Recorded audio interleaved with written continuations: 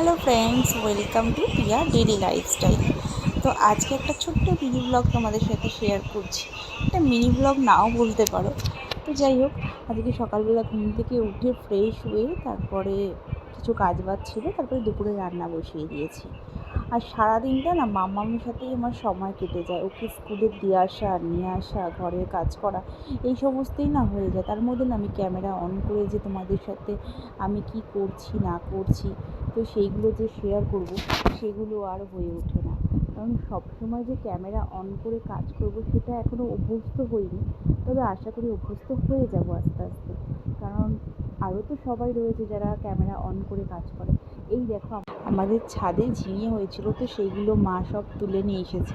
এর আগেও অনেকবার ঝিঙে খাওয়া হয়েছে, তো এইগুলো তুলে নিয়ে এসেছে, আরও রয়েছে ছাদে। এদিকে কথা বলতে বলতে আমার চিকেনে এবার জলটা দেব।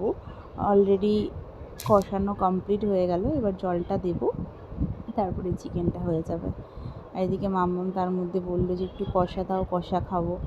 তো এই জন্য না আমার ভিডিও করা হয়ে ওঠে না, নানান রকম প্রবলেমের জন্য।